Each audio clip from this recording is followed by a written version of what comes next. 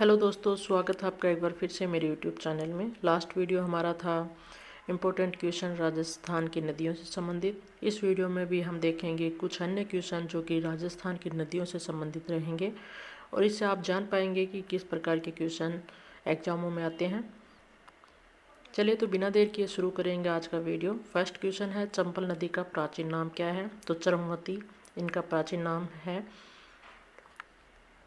इसी के साथ ही चंबल नदी के अन्य जो नाम हैं, कामधेनु, नित्यवाहिनी, सदावाहिनी, तो नाम ध्यान रखिए उपनाम। इसके अलावा हम सभी नदियों के देखेंगे यहाँ पर उपनाम। घग्गर नदी को सरस्वती, दसदती, नट, नाली, मर्त, सोतर, राजस्थान का शोक और पाकिस्तान में हकरा कहा जाता है। किसको? घग्गर नदी को। उपनाम पूछे जाते हैं तो ध्यान रखिए इनको। काकनी नदी का उपनाम काकने और पूछा जाता है। मसूरदी किस नदी को कहा जाता है? काकनी नदी को। काटली और मौसमी किस का उपनाम है? कांतली नदी का। मेंथा नदी का उपनाम मेढा। रूपारेल का बात करें तो लसवारी, बारह और वराह, ये उपनाम है रूपारेल के। इसके अतिरिक्त लूनी की बात करें तो लूनी को लवणवती, मीठी खारी, मारवाड़ की गंगा, पश्चिमी मरुस्थल की गंगा और उद्गम स्थल पर सागरमती कहलाती है लूनी नदी। और कालिदास ने अंत सलीला कहा किस नदी को? लूनी नदी को। माही की बात करेंगे तो आदिवासियों की गंगा कहलाती है माही नदी। काठल की गंगा कहलाती है माही। बागड़ की गंगा दक्षिण राजस्थान की सौरण रेखा कहलाती है माही नदी।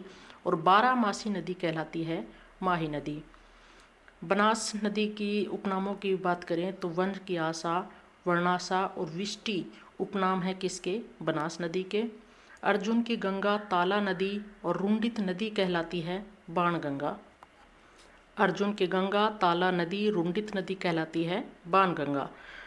इंदिरा गांधी नहर परियोजना का उपनाम की बात करें तो राजस्थान की जीवन रेखा कहलाती है इंदिरा गांधी नहर परियोजना। बीकानेर की जीवन रेखा कहलाती है लूणकरणसर लिफ्ट नहर। और मारवाड़ की जीवन रेखा कहलाती है लूनी नदी। आए हुए क्वेश्चन हैं तो ध्यान से आप इनको रट लीजिए। भरतपुर की जीवन रेखा कहलाती है मोती झील और राजसमंद की जीवन रेखा कहलाती है नंदसमंद झील। नेक्स्ट क्वेश्चन की बात करेंगे कि चंबल घाटी में चंबल सहित पूर्व से पश्चिम दिशा में 4 नदियों का क्रम क्या होगा? तो ये एग्जाम में आया हुआ है 2007 के में आरपीएससी में। तो यहाँ पर जिस प्रकार का ऑप्शन होगा उसी प्रकार से आपको आंसर करना होगा। ये क्वेश्चन आया हुआ है तो हम इसको देख रहे हैं। तो वहाँ पर राइट आंसर होता पार्वती, कालीसिंध, चंबल और बनास। और आपके एग्ज़ाम में जैसा भी क्वेश्चन आएगा उसको आपको उसी हिसाब से करना होगा। नेक्स्ट देखेंगे कौन सी नदी राजस्थान को सर्वाधिक जल की आपूर्ति कराती है? तो वो है चंबल नदी। राजस्थान की वह नदी जो दक्षिण की ओर बहती है, दक्षिण की ओर नहीं बहती है, दक्षिण से निकलती है और उत्तर की ओर बहती है, वो है चंबल नदी। और माही नदी भी ऐसी ही है जो दक्षिण से निकलती है और उत्तर में उसका प्रवाह क्षेत्र है। किस नदी पर ईस्ट वेस्ट कॉरिडोर के अधीन हैविंग ब्रिज बनाना प्रस्तावित है? तो वो चंबल नदी है। चुलिया जलप्रपात कहाँ पर स्थित है? चंबल नदी पर स्थित है ये चुलिया जलप्रपात। तो राजस्थान के सभी जलप्रपातों की बात करेंगे। वैसे तो मैंने ट्रिक के माध्यम से ये टॉपिक क्लियर करवाया था। तो चुलिया जलप्रपात है चंबल नदी पर, चित्तौड़गढ़ में ये। मैनाल जलप्रपात है मैनाल नदी पर, भीलवाड़ा में। दमोह जलप्रपात है बाड़ी, धौलपुर में स्थित है ये, बाड़ी नदी पर। अरना जलप्रपात जो कि एक शुष्क जलप्रपात है, यानी यहाँ पर वर्षा होगी तो ये भर जाएगा, नहीं तो खाली रहता है। तो ये कहाँ पर है? धौलपुर में, जोधपुर में है ये अरना जलप्रपात, जोधपुर। भीमलत जलप्रपात है मांगली नदी पर, जो कि कहाँ पर है? बूंदी में। भीमलत जलप्रपात कहाँ पर है? बूंदी में। दिर जलप्रपात है काकुंड नदी पर, भरतपुर में स्थित है ये। नेक्स्ट क्वेश्चन, मैनाल का झरना किन जिलों की सीमा पर स्थित है? यानी 2 जिले हैं ये, भीलवाड़ा और चित्तौड़गढ़, इन दोनों की सीमा पर स्थित है मैनाल का झरना। अपवाह क्षेत्र की दृष्टि से राजस्थान की नदी प्रणालियों का अवरोही क्रम लिखिए, यानी घटता हुआ क्रम लिखिए। तो बनास सबसे अपवाह की क्षेत्र की, चंबल फिर लूनी, माही, ध्यान रखिए, इसको आता है क्वेश्चन सीधा सा। सीकर जिले में कौन सी नदी का उद्गम स्थल है? कांतली, जिसको हम काटली भी कह सकते हैं। राजस्थान के दक्षिण दिशा से प्रवेश करने वाली युगम बताएं। माही और चंबल नदी दक्षिण से इनका उद्गम होता है और ये उत्तर में प्रभावित होती हैं। राजस्थान में वर्तमान में मौजूद किस नदी का प्राचीन नाम सरस्वती था? तो घग्गर नदी का प्राचीन नाम सरस्वती था। बेड़च नदी कहाँ से निकलती है? गोगुंदा की पहाड़ियों से निकलती है बेड़च नदी। बिशलपुर बांध से टोक के अलावा किन किन शहर को पेयजल उपलब्ध कराया जाता है? तो बिशलपुर बांध से टोक, अजमेर और जयपुर, इन तीनों को पेयजल उपलब्ध कराया जाता है। सोम नदी कहाँ से निकलती है? बिछामेड़ा, डूंगरपुर से। राजस्थान में प्रवाह प्रणाली कितने रूप में पाई जाती है? तो 3 रूप में पाई जाती है।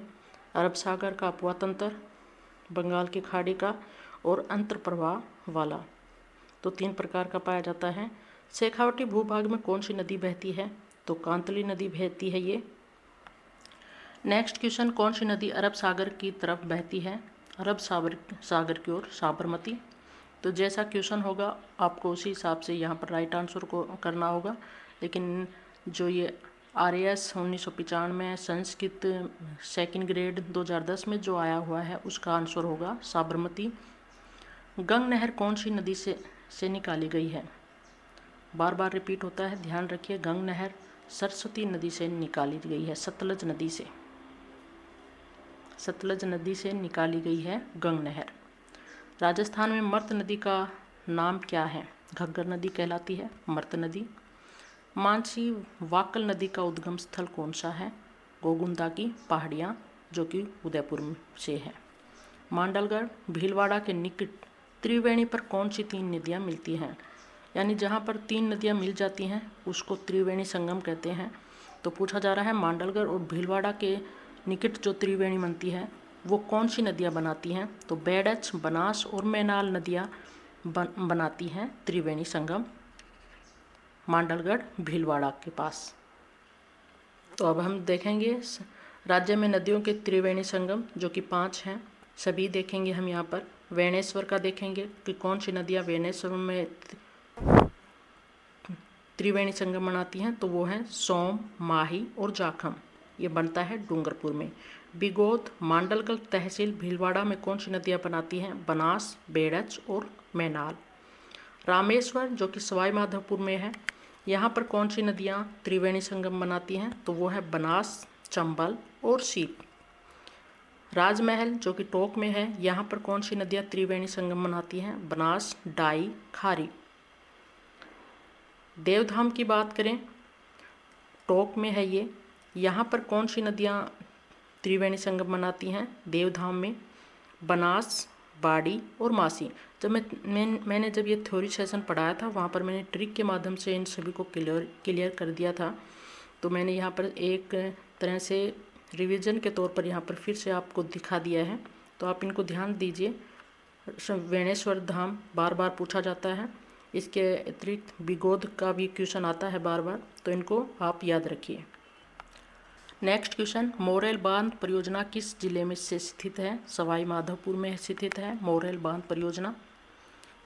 राजस्थान राज्य के किस प्रशासनिक संभाग का अपवाह तंत्र अरब सागर और बंगाल की खाड़ी में मिलने वाली नदियों का अंश है? तो उदयपुर संभाग का है। इसकी नदियाँ जो बंगाल की खाड़ी और अरब सागर तो दोनों में गिरती हैं। पूर्व में जब घग्गर नदी बाढ़ के उफान में होती है तो कहाँ तक पहुँच जाती है? पूर्व में तो फोर्ट अब्बास, पाकिस्तान तक ये पहुँच जाती है।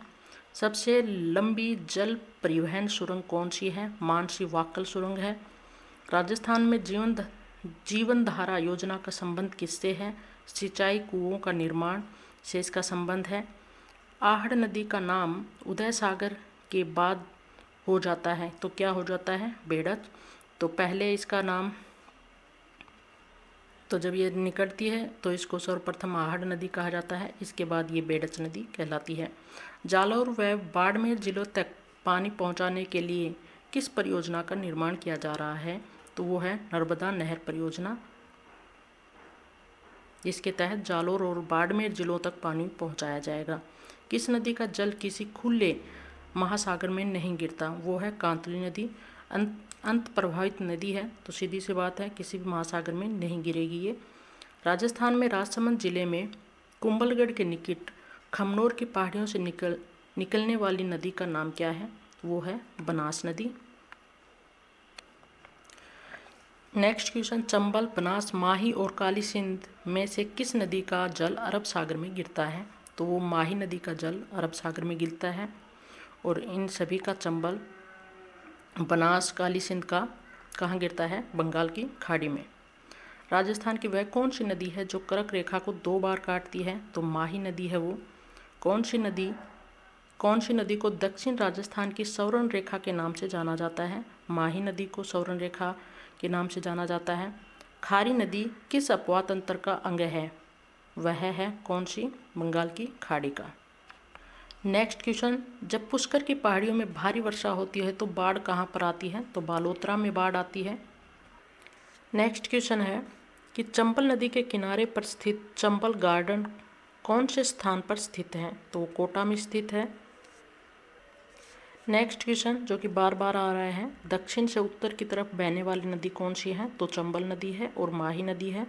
कोटा में जवाहर सागर बांध किस नदी पर बना हुआ है? चंबल नदी पर बना हुआ है। 4 बांध है चंबल नदी पर।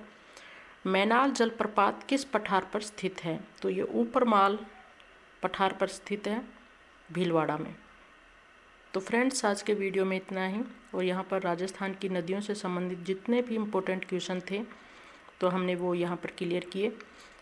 उम्मीद है आपको वीडियो पसंद आया होगा। अगर अच्छा लगा तो लाइक कर दीजिए, और अगर चैनल पर नए हैं तो चैनल को सब्सक्राइब ज़रूर कर लीजिए। नेक्स्ट वीडियो में एक बार फिर से मिलेंगे, तब तक धन्यवाद।